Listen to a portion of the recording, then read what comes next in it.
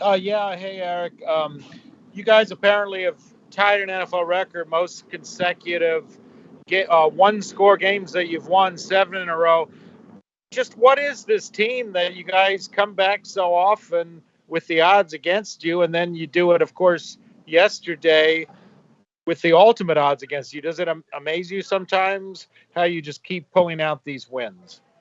I feel like looking back as a whole, it doesn't feel that way. It feels like obviously we work hard and we do the right things, and it's naturally that natural that things go in our favor sometimes. But when you say that stat, it is crazy how these games are that close.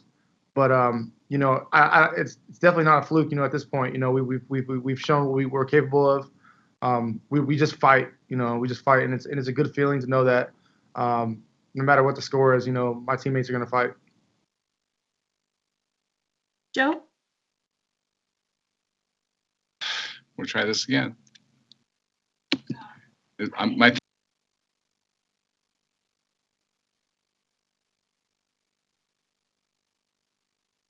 You're muted. You're muted, Joe.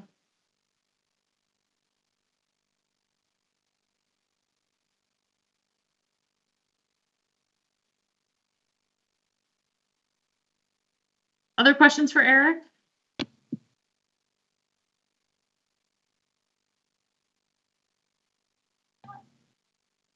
Hey, EK, I'll just jump in.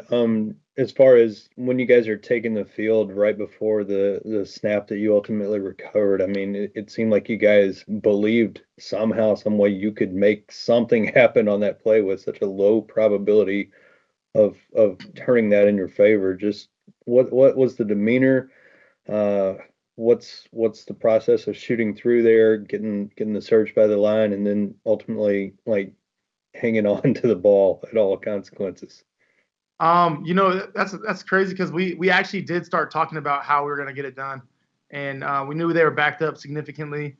We knew they had to kind of run some type of run play or quarterback sneak. He's a big body, so we figured that he was going to want the ball in his hands, and they kind of ran the formation that they ran with the quarterback sneak, and we just took our shot. Ball popped out immediately, and I was just holding on for dear life. I was trying to yell at Harry because it was next to him, and then it kind of got bumped right kind of closer to me. Then I snatched it up real quick, and that's Harrison Smith. And then once I got it, I kind of just held it close to my chest and just held on. Dave? Eric, I was wondering if you had a vantage point at all of Justin's catch on that 4th and 18, and just if there's possibly been any new ways he's impressed you this season after obviously seeing what he did already. Yeah, I'm just looking to see what he's going to do continuing forward, but I did have a great view on that. I was literally right there behind him on the sideline. I almost got too excited and ran on the sideline, but I didn't. Or right on the field, but I didn't. But yeah, it was a ball that was up for grabs essentially, either the defender or Justin could have came down with it. He had one hand on it. The defender had two hands on it. And, I just saw him just strain to just pull it in. And it was pretty crazy to see, one of the craziest catch I've ever seen, especially live. Go ahead, Joe. You're muted. It keeps popping back and forth. 1 second. There we go. It keeps popping back and forth for some reason. Duke Shelley comes in and makes a huge play in OT. Did you look back and say, who is that guy? Or do you guys know these practice squad guys well and not surprised to see him come up with a big play like that in a monster time? No, Duke is he's a guy who's came in, he came in after camp. It's kind of hard for guys to come in after camp because, everybody's kind of been practicing together. Everybody kind of has some sort of camaraderie. But I always told him right when he got here that, he's a great addition to our team. And, we like having him around. I love his energy. He does what he's supposed to do. And he was called to perform well for us this game. You guys saw the defensive snaps that he took and, obviously coming up big for us. But he also came up for us huge in special teams. And, that's going to be important for guys to step up as the season goes on in different roles. And, huge. You know, we love him. So We'll go Chris and then Will. Hey, Eric, now that we're kind of at the midpoint of the season, I just wonder if you could maybe summarize your season and how you feel about your play and what's it been like being a captain for the first time and winning record. I mean, excellent record, piling up tackles. Maybe just give us a summary of yourself. Yeah, I obviously it's a new defense for me. I think that I keep getting more comfortable as each game goes on. I think there's little nuances that teams try to hit us on. People try to exploit us and take advantage of us in certain ways, and I'm getting more comfortable knowing how teams are going to do that and how to adjust and communication to my teammates. So I feel like I'm getting better each game, and that's promising because I feel like as a whole on defense, we're still stacking, we're still getting better, and we're sitting here with the 8-1 record. So we know we're not perfect. We're striving for that. We're getting better, and we're hungry for more. We know it's a long journey. We know that the season isn't over, but we do got to smell the roses every once in a while and look what we've done and how we've got this far, and it's by sticking together and battling each game.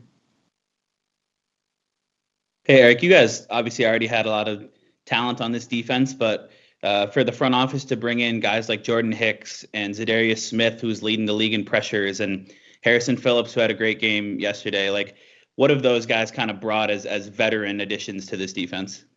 Yeah, just a whole different type of leadership, as far as just going and doing things. Jordan is a great backer. He does things great. He finds the ball. Me and him see things very similar. It's great. Communications through the roof. Z is a game record. We know that he obviously is leading the league in pressures. Huge for us. You have to account for him everywhere he's at on the field. The linemen always need to know where he's at. And Harrison Phillips, he's a leader in the locker room. He's very stout and completely strong. So taking on those doubles helps me and Jordan kind of move around and get to where we need to get to. Greg? You guys have played Dallas three years in a row, all really close games, some wild finishes in those three too. What is it about when those teams have gotten together in recent years that kind of brings those moments to the forefront?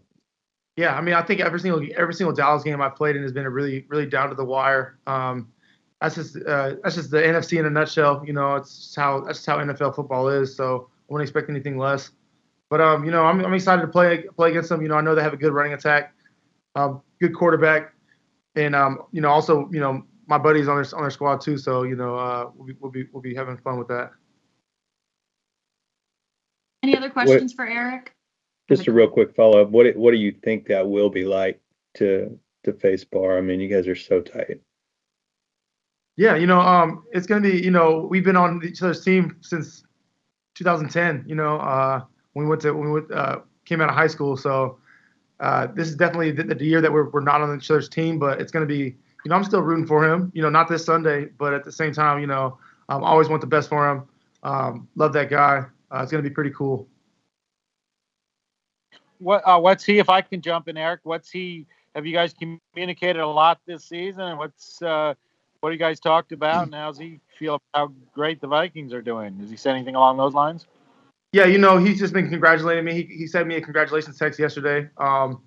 They've been having a good season as well. I forgot what was the first thing you said?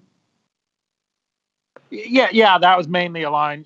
Just what you guys have talked about, and you kind of summarized it. But if you want to else, feel free. No, yeah, we've been staying in contact. That's just my guy. But we have a bunch of friends coming in town too from UCLA who are going to come in town to watch us both play. Usually they come in town to watch us on the same team, but now they're watching us just play on the same field, so it's pretty cool.